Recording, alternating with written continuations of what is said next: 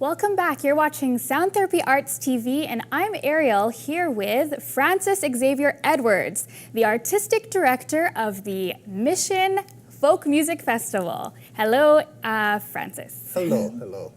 I've heard that you're also called Bird. Yes, Bird. What's the story behind that? A bird, it's a name. I grew up with brothers and sisters, and I had older brothers. And when I was about 5 years of age, we had a babysitter. I had skinny, knobby legs, and she called me Bird Legs.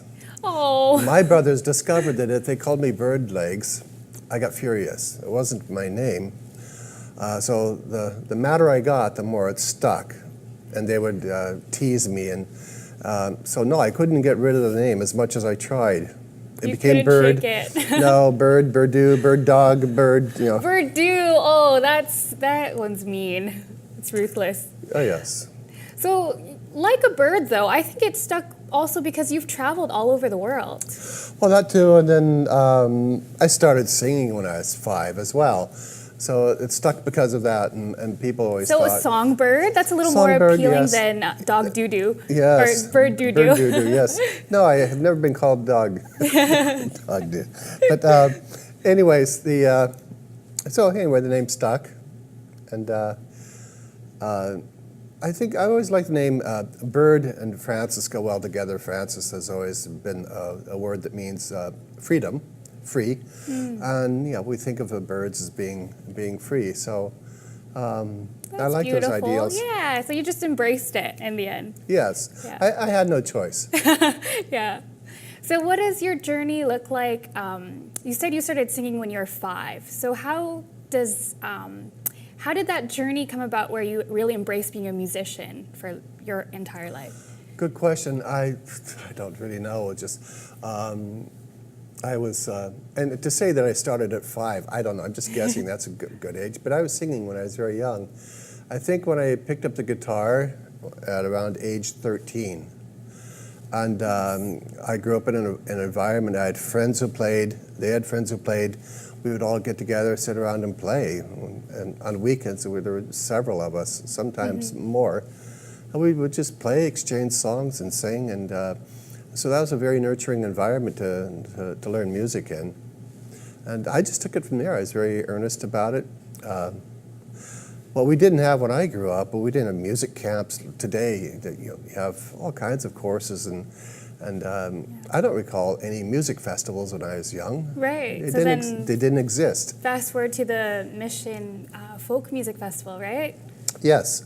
Mission Folk Music Festival out there in Mission, 28 years now, and yeah, and in many ways it's a festival that reflects, at least musically, a world that I have experienced. It includes music from all over the world. It's very inclusive. Right. Yeah. So we've over the 28 years we've presented over 3,000 musicians from over 100 countries and different regions and languages and cultures from every continent. And it's been a wonderful experience to be able to host people, bring them into the community, have them play and perform, and have people be exposed to music and cultures from other places and peoples. That's awesome. So how do you do outreach for finding musicians from all over the world? Because I'm sure you're trying to go for artists that are more underground or don't really have a platform yet. So are there some maybe stories that you have about organically finding those musicians? I have in the past. I've hired people right off the street at times. Yeah, that's what I've done that. And I've also hired people off of concert stages. That's awesome. But there are a lot of people who would love to come to Canada and play, and they're very good. Sometimes I catch an artist on the way up, which is very fortunate. In 2003, we had the Portuguese fado singer Maritza, who's gone on to become really a world music superstar, Right. and is constantly performing to sold-out concert halls around the world. So people from, like Maritza, to last year a string ensemble from Poland, We had an Inuit singer-songwriter from Greenland called the Voice of Greenland. Right. And I try and go to as many of these places as I can. I go to festivals, other festivals. I go to music conferences. I spend time looking and listening.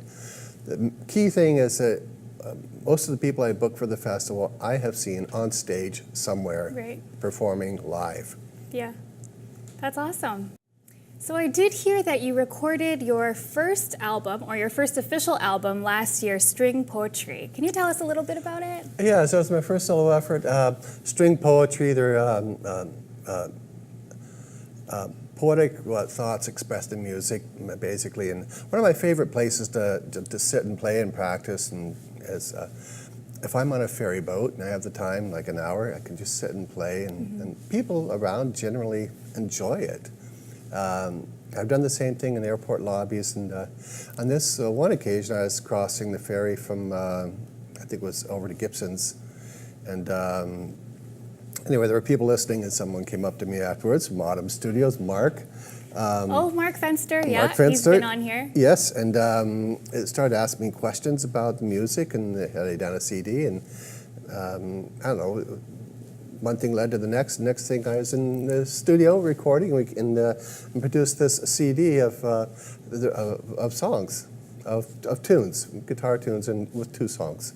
That's awesome. So you're saying that it was kind of like poetry recorded, right? Well, it's poetry expressed in music, poetic thoughts. So what were some of mind. the thoughts? What are those thoughts that went into it?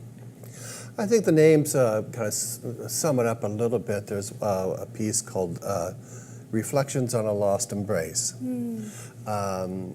And that's what it is. It's a musical expression of really a poetic thought and a remembrance of a lost embrace. There's the one called Sun Ripples, which is that idea of water and the sun dancing on the water, ripples. And there's another one, Bearda's Waltz, which is a waltz for a woman who, when I met her, she was in a walker.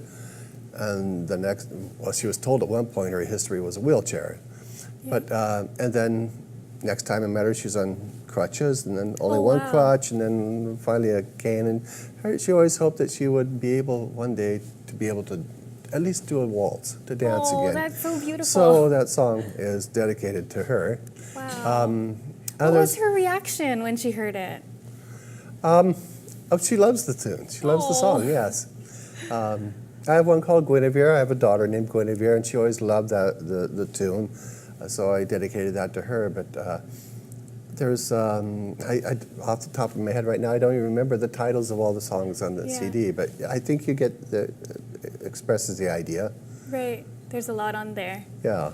And there's a theme of nature often in your music, I would say. Yes. We live in the age of what they call nature deprivation. Yeah. And yes, that song "Tell Me Who I Am," which is on there. Nature informs us very much of our place in this world, our place in the midst of things. If we are deprived of that voice, all we have to tell us who we are machines and technology, and we're more than that. Yeah. I think we lose the sense of seasons, the sense of the landscape, and those are very important. So I like the songs to echo something of nature. That's beautiful. Well, thank you so much. You're welcome. It's a pleasure to be here. It's great to have you. Thanks, everybody. Stay tuned for your community calendar.